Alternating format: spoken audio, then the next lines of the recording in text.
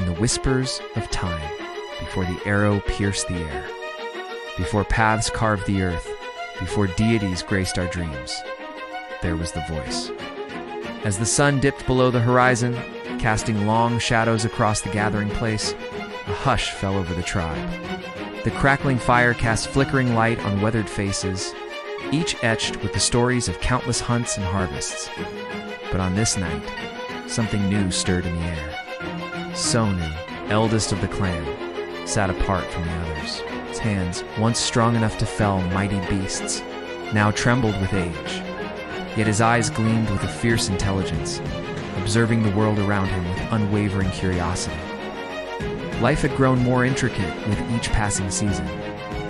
The grunts and gestures that once sufficed now fell short, unable to convey the complexities of their existence.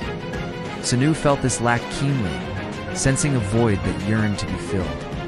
As the first stars emerged in the deepening twilight, Sanu raised a gnarled finger towards the heavens.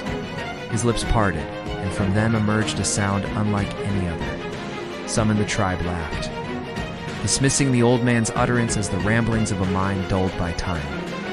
Others simply turned away, focused on the tasks of survival. But Sanu persisted, his voice growing stronger with each repetition. Ra, ra, ra. Days passed, and still Sanu spoke. He touched the flames that danced before them and declared Zu.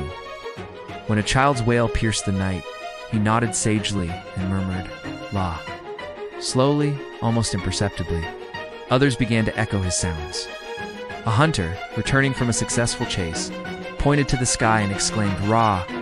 A mother, soothing her babe by the fire, whispered, Zu. These were not mere noises, but bridges spanning the chasms between minds. With each utterance, connections formed, invisible yet stronger than any vine or sinew. Now, when danger lurked in the shadows, a single word could rally the tribe. Zu. They would cry, and all would know to seek the safety of the fire's light. Mothers no longer relied solely on gestures to teach their young. They could weave tales of caution and wisdom with their newfound voices. And oh, how the children flourished. Their eyes sparkled with wonder as they learned to give voice to their dreams, their fears, their joys. They would say, reaching for comfort.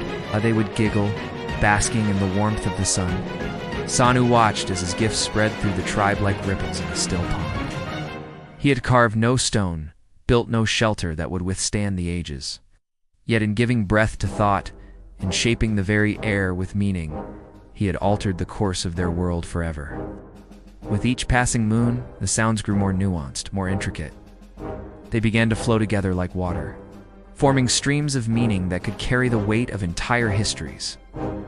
The elders spoke of hunts long past, preserving knowledge that would have otherwise been lost to time. Lovers found new ways to express the depths of their hearts, their words as tender as a caress. Around the fire, voices rose and fell in harmony, weaving tapestries of sound that stirred the soul. They sang of the earth beneath their feet, of the sky above, of the bonds that held them together as one people. And in those moments they felt the presence of something greater than themselves, a power born not of control, but of connection. Sanu's body grew frail, but his legacy flourished. He had given them more than just sounds. He had given them a voice for all that dwelled within them. With words, they could reach across the boundaries of flesh and bone, touching the very essence of what it meant to be human. As the old man's breath grew shallow, the tribe gathered around him. They spoke to him softly, using the gift he had bestowed upon them to express their gratitude, their love, their sorrow. And though his eyes closed for the final time, his voice lived on in every word they uttered. In the quiet of the night, long after Sanu had returned to the earth, a child gazed up at the star-filled sky. With wonder in her eyes and a song in her heart, she whispered a word that held all the mystery and magic of creation. And so it was that language was born, not from a desire to dominate, but from a yearning to connect. In giving thought a sound, in breathing life into the intangible, Sanu had shaped the world in ways no tool or weapon ever could. He carved no stone, built no fire, yet he gave us the power to reach across time and space, to touch the hearts of those yet unborn. With breath and rhythm, he gave thought a sound, and in doing so, he gave humanity its voice.